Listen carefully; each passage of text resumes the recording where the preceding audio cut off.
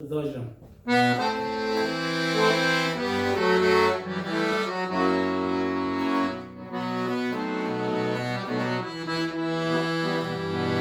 Tabiatımızın erçin tuşlarına kanat kalktık ben. Çarşılıkta büyüdün çoluksa barın aldı tügül görsün ben. Çarşılıkta büyüdün çoluksa barın aldı aman görsün ben. Baldar özgünlüğüm bolsa da başkacakta kozsalımdan benim dincik ettim. Biz çoğu yoluydu sanılan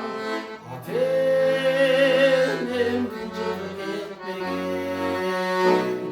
Biz çoğu yoluydu sanılan.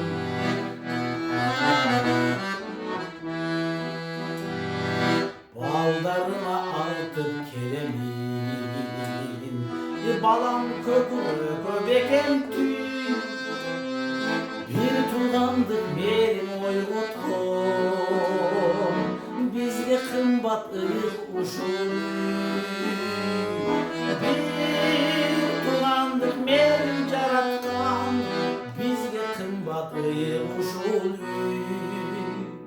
Baldar özgünlüğüm bolsa da başkacakta kozsalıngan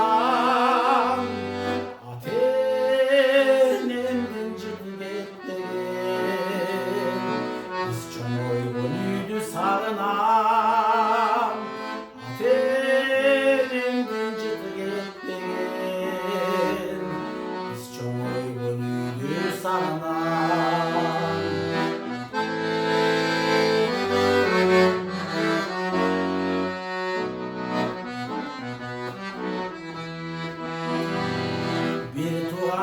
Özkün çoğuydum üç beseken calın şamçıra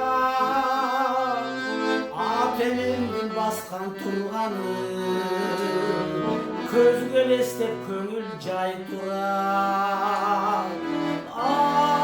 Atemin baskan turganı köz gölestep köngül cay durar. Baldar özgünlüğüm bolsa da başkacakta kozsalıngan benim dincik etmegin. Biz çoğu gönlünü sarılan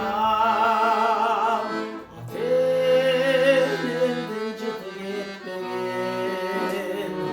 Biz çoğu gönlünü sarılan bir tuğandım çıtı sarılan.